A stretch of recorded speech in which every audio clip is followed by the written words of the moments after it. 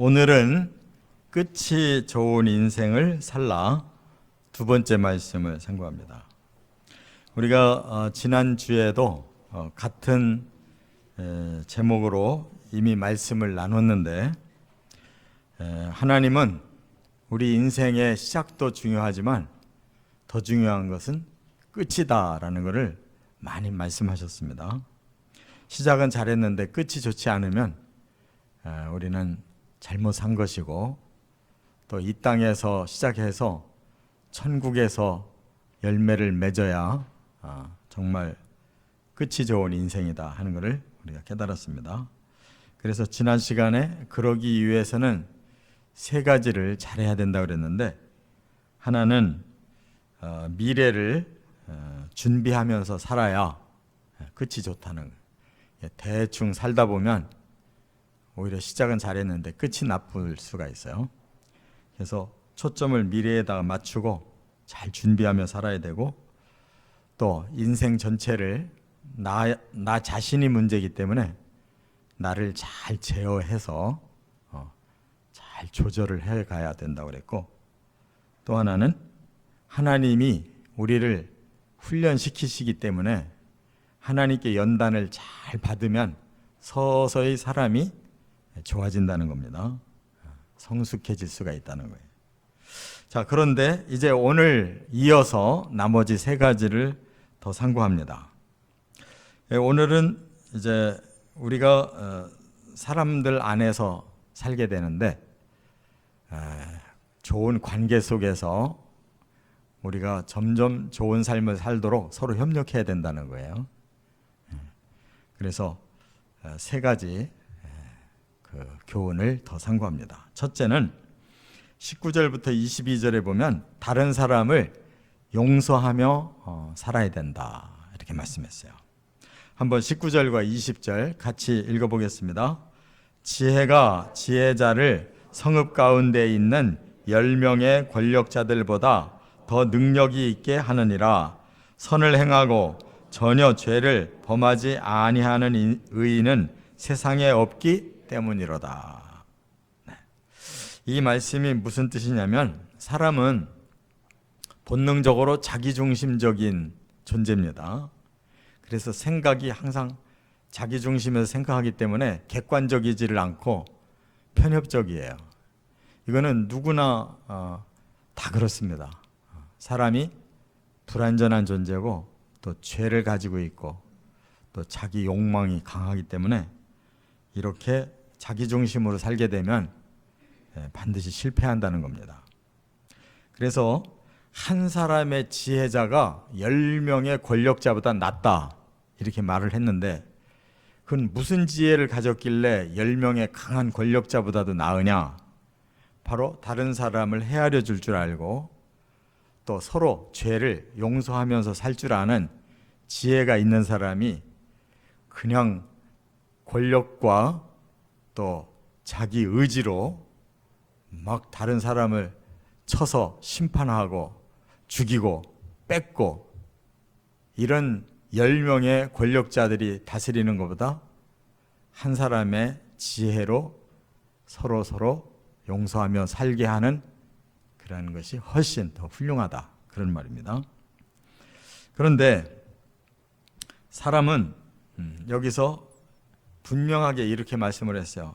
선만을 행하고 전혀 죄를 범하지 않는 의인은 세상에 없다 그랬으니까, 아무리 의롭게 살고 선하게 살아도 그 사람도 죄를 짓기 때문에 자기도 용서받아야 될 사람이지, 남만 이렇게 판단하며 살 사람은 단 한 사람도 없다는 거예요. 그렇기 때문에 나도 죄인이고 상대방도 죄인이고 서로 죄를 용서하며 살아야 된다라고 하는 이 지혜를 가지고 사는 사람이 어떤 힘 있는 사람보다도 더 힘이 있는 삶이다, 그런 말이에요. 또 21절에는 이렇게 말씀했어요. 사람들이 하는 모든 말에 내 마음을 두지 말라. 그리하면 네 종이 너를 저주하는 것을 듣지 아니하리라. 용서도 좋은데 그 전에 마음을 너무 예민하게 갖지 말고 남이 비난한다고 그것을 너무 또 고깝게 생각하지 말고 그냥 적당히 넘겨라. 그러면 너의 종도 뒤에서 너를 굉장히 욕하고 비난할 일이 많이 있어도 덜 하게 될 것이다. 그런 얘기죠. 그러니까 우리가 남을 많이 정죄하면 많이 정죄를 당하게 돼 있어요. 그렇기 때문에 대책 없는 비난을 하면 안 된다는 거예요. 그게 전부 다 자기 업보로 돌아오기 때문에 남을 비난하고 저주하고 그러면 안 된다는 거예요. 그런데 이제 사람들 중에는 그러한 기질이 있어요. 굉장히 부정적인 사람, 그러니까 생각이 항상 부정적으로 흐르는 사람들이 있어요. 그런 사람들이 일단 상대방의 나쁜 점만 봐요. 좋은 점을 하나도 보질 못해요. 그러니까 자꾸 그 사람의 잘못된 것만 자꾸 드러내려고 하거든요. 근데 긍정적인 사람은 다른 사람의 좋은 점을 먼저 봐요. 그래서 일단 칭찬하고 알아줄 줄을 알기 때문에 이런 비난을 쏟는 것보다는 상대방의 좋은 점을 칭찬해주면 훨씬 좋은 관계로 살 수가 있다, 그 말이에요. 그러니까 주인과 종의 관계가 사실은 가장 이해관계가 깊어요. 그 말은 가족 간에 서로 상처를 입으면 그것이 가장 큰 상처가 돼요. 전혀 날 모르는 사람이 막 욕하고 그런 거는 별 상처가 안 돼요. 그 사람이 조금 뭔가 이상한 사람인가 보다 하고 지나가면 끝인데 계속 같이 살아야 될 사람들, 가족들, 또 이렇게 관계자들, 이런 관계가 계속 되려면 서로가 비난을 자제하고 우리가 다 서로 부족한 사람들이다 라는 걸 인정해야 된다는 거예요. 또 22절에 이런 말씀이 있어요. 너도 가끔 사람을 저주하였다는 것을 네 마음도 알고 있으니라. 그러니까 비난 안 하는 사람이 없어요. 다 하는데 자기가 한 비난에 대해서는 잘 잊어버리거나 아니면 너그럽게 이해를 잘하고 별 문제 아니다라고 스스로 덮고 위안을 얻어요. 그런데 우리가 다른 사람을 저주한 거 다른 사람이 마음에 기억하고 있고 그것을 마음에 담고 있단 말이에요. 그럼 언젠가는 보복을 하게 돼 있죠. 그래서 나도 남을 저주하면서 뭐 남이 나한테 저주했다고 그거를 자꾸 꽁 하고 마음에 품고 끝까지 용서 안 하고 끝까지 화해 안 하려고 하는 사람은 결국 끝이 좋을 수가 없다는 거예요. 그러니까 용서라는 것은 나를 위해서라도 용서해야 그래야 서로의 죄를 덮어주고 끝에 하나님 앞에 용서받고 갈 수가 있다, 그 말이에요. 두 번째는 23절부터 26절까지는 하나님을 기쁘시게 하며 살아야 된다. 초점을 이제 하나님께 둬야 된다는 거예요. 너무 사람에게 너무 초점 두면 안 된다. 해결 안 돼요. 그래서 그 다음은 이제 마음을 하늘로 향해서 하나님을 기쁘시게 하는데 목표를 두면 훨씬 삶이 업그레이드가 될 수가 있어요. 25절 26절 같이 읽겠습니다. 내가 돌이켜 전심으로 지혜와 명철을 살피고 연구하여 악한 것이 얼마나 어리석은 것이요 어리석은 것이 얼마나 미친 것인 줄을 알고자 하였더니 마음은 올무와 금을 같고 손은 포승 같은 여인은 사망보다 더 쓰다는 사실을 내가 알아내었도다. 그러므로 하나님을 기쁘게 하는 자는 그 여인을 피하려니와 죄인은 그 여인에게 붙잡히리로다. 너무 사람 관계에만 집중하고 살면 해결할 수가 없어요. 그렇기 때문에 우리의 마음을 이제 하나님께로 향해야 돼요. 그리고 하나님 앞에서 내가 어떻게 하면 더 바르게 살까? 하나님이 내가 어떻게 해야 더 기뻐하실까? 여기에 이제 목표를 두고 살면 삶이 훨씬 업그레이드가 된다는 거예요.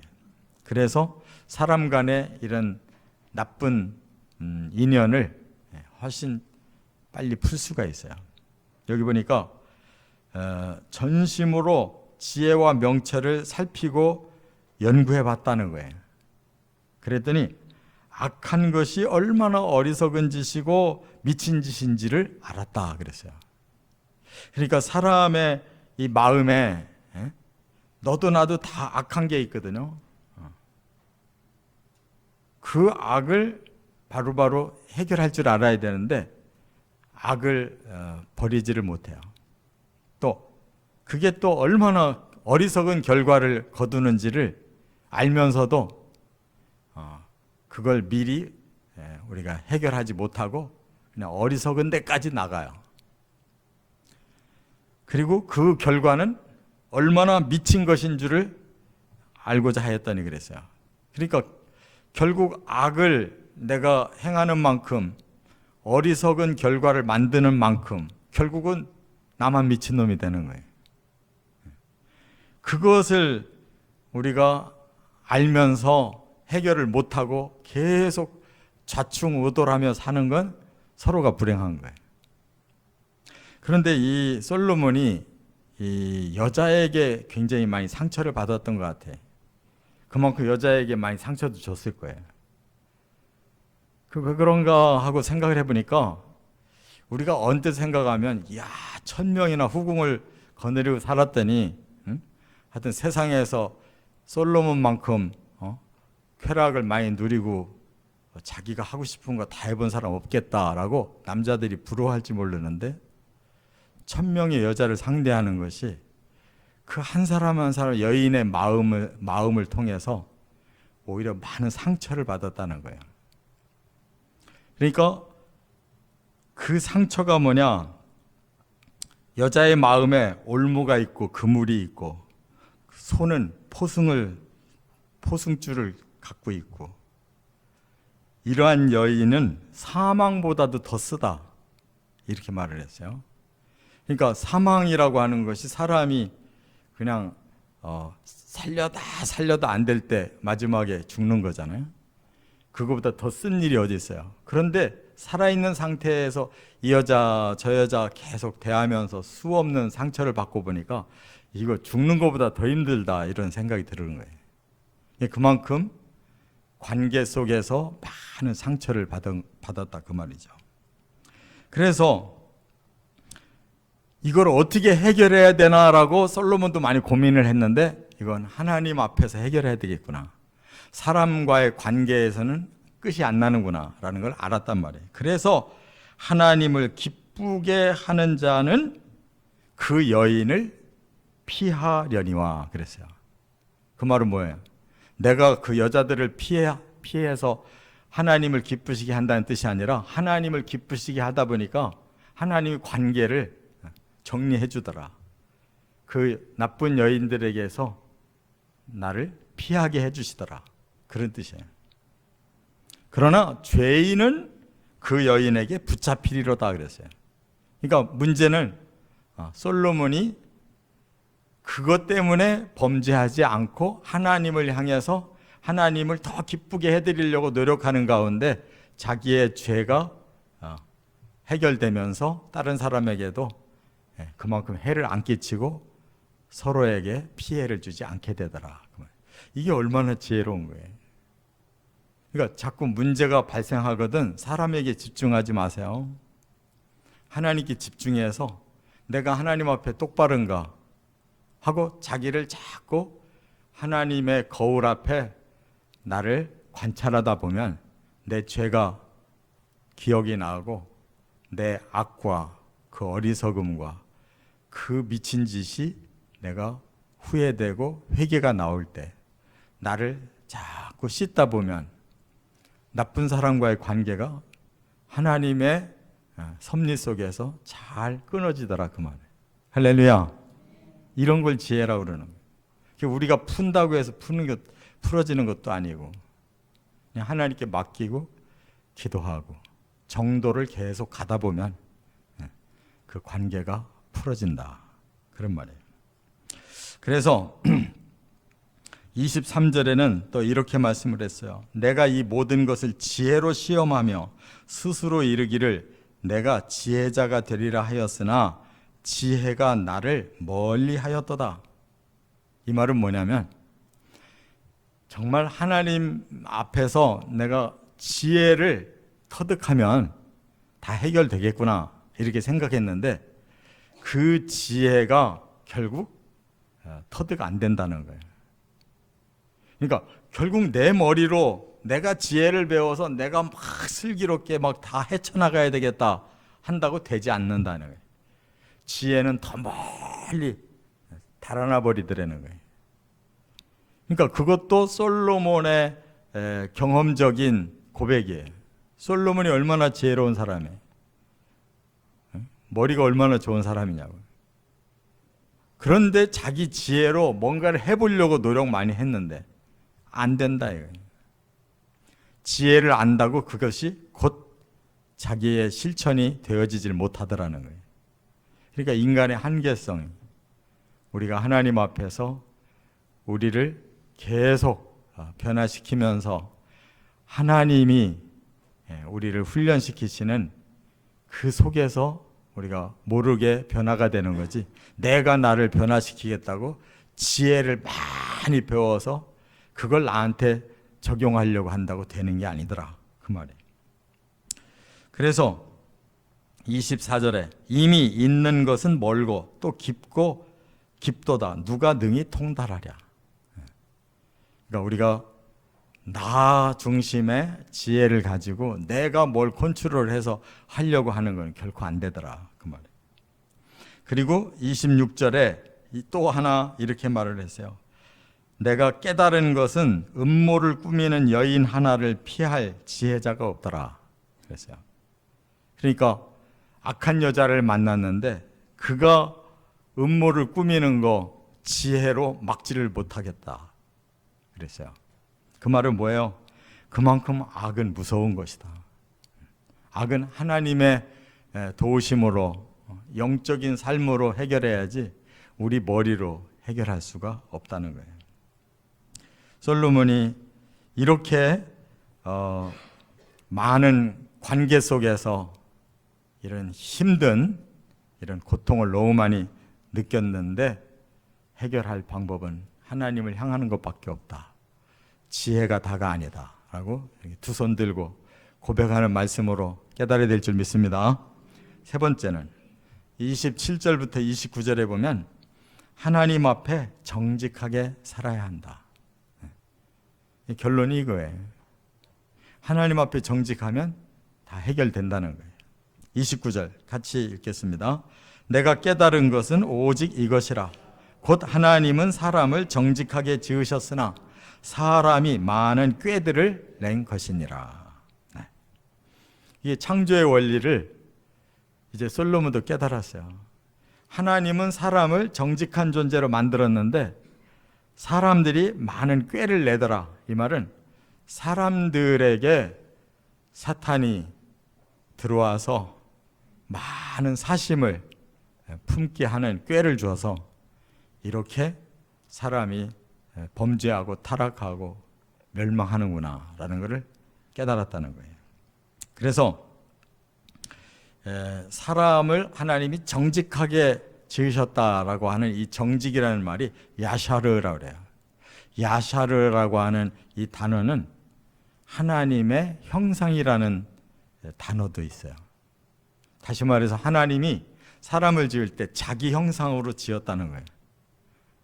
그렇기 때문에 사람은 바르게 하나님을 바라보고 살면 하나님 형상을 닮아가는 거예요. 그게 정직이에요.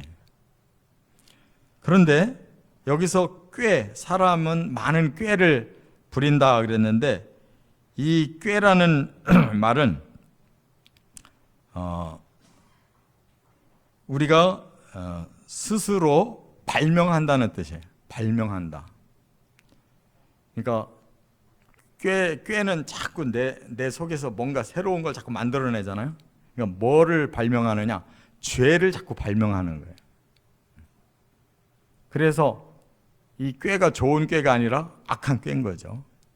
죄를 자꾸 이렇게 저렇게 죄를 지어서 뭔가 자기 욕망을 자꾸 만들어 내는 거예요. 이게 죄를 발명한다라는 뜻이에요. 그렇기 때문에 우리가 하나님 앞에서 그 형상을 계속 닮으려고 노력하면 정직해지는 거고, 또 사람의 이 발명, 사람의 그 악한 욕망을 자꾸 만들어내려고 하면 점점 범죄를 만들어내는 것이다, 그 말이에요. 그래서 여기에서도 솔로몬은 다시 한번 자기의 상처에 대해서 이런 고백을 했는데요. 이거 정말 참 성경에 이런 단어를 남겨놨다는 것이 이게 보통 이게 어려운 일이 아닐 것 같은데 이런 말을 남겨놨어요. 세상에서 정말 선한 사람을 그냥 자꾸 찾아봤더니 1000명 중에 1명 정도는 선한 사람이 있더라. 그런데 여자 중에는 하나도 없더라 그랬어요. 얼마나 상처를 많이 받았는지, 그 어째 이런 말을 남겨놨는지 참 보통 대범한 사람이 아니에요. 제가 성경 읽고 깜짝 놀랐어요. 야, 어떻게 그게 속에 있던 말인 것 같은데 어떻게 그대로 남겨놨을까요? 여자 중엔 하나도 없고 남자 중에 1000명 중에 1명씩은 선한 사람을 발견했다는 거예요.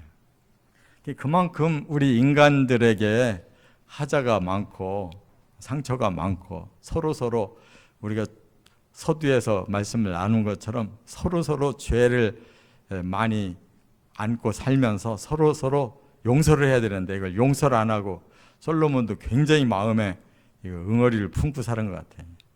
여자 중에는 선한 사람이 하나도 없다니까 그 사람이 1000명을 거느려 봤는데 1000명 중에 선한 사람 하나도 못 봤다는 거예요. 아주 고백적이에요. 아무튼 우리가 하나님 안에서 정직을 계속 힘쓴다, 하나님의 형상을 계속 본받아 간다, 그래야 우리의 죄를 발명하는 힘이 서서히 줄어들고 하나님을 점점 닮아갈 수가 있다는 거예요. 자, 그것을 에베소서 1장에서 이렇게 표현했어요. 에베소서 1장 12절에 보면요, 어떻게 해결해야 되느냐? 우리가 그리스도 안에서 전부터 바라던 그의 영광의 찬송이 되게 하려 하심이라. 그리스도를 내가 만나서 바로 그리스도를 통해서 영광의 찬송이 되게 하려 함이라 그랬어요. 그 말은 오직 그리스도만을 굉장히 존귀하게 여기고 영광을 돌리며 살고 싶다는 거예요. 그러니까 철저히 정말 그리스도 중심으로 그가 살려고 한다는 거고, 그렇게 하려면 13절에는 진리의 말씀을 통해서 가능하다 그랬어요. 진리의 말씀이 뭐예요? 하나님의 말씀. 하나님의 그 말씀을 우리의 마음에 계속 들어야 된다는 거예요. 그게 곧 구원의 복음을 듣는 것이다 그랬어요. 성경에 구원의 복음이라는 건 뭐예요? 우리가 이런 죄인이고 이런 악한 욕망에 사로잡혀서 이렇게 계속 범죄를 저지르고 그 범죄의 후유증을 남기고, 이거를 어떻게 해결할 거냐? 다른 게 없잖아요. 바로 예수 그리스도의 십자가의 복음을 통해 우리 죄를 씻는 길밖에 없잖아요. 그게 진리라는 거예요. 우리가 하나님 앞에서, 예수 그리스도 앞에서, 성령 앞에서 나 자신을 진실하게 내놓을 때 그 십자가의 진리의 복음이 나의 죄를 싹 씻어주시고 또 하나님의 정직을 우리의 마음에 형상을 회복시켜 주신다 그 말이에요. 그러면 또한 약속의 성령으로 인치심을 받는다. 성령이 임하셔서 우리를 변화시켜 가신다는 거예요. 그러니까 하나님과 예수 그리스도와 성령이 우리를 만져주셔서 하나님의 형상이 회복되도록 진리가 우리를 변화해 간다는 말씀이에요. 할렐루야. 그래서 속량하시고 그의 영광을 찬송하게 하려 하심이라. 속량이 뭐예요? 다 씻어서 제자리로 만들어 놓는 거예요. 이거 아니고는 다른 방법이 없다는 거예요. 하나님을 기쁘시게 해드리는 방법은 예수 그리스도의 십자가의 복음으로 우리가 그 진리를 따라서 순종하면서 성령의 인치심으로 변화를 받고 우리의 죄를 속량해 가시기를 주의 이름으로 축원합니다.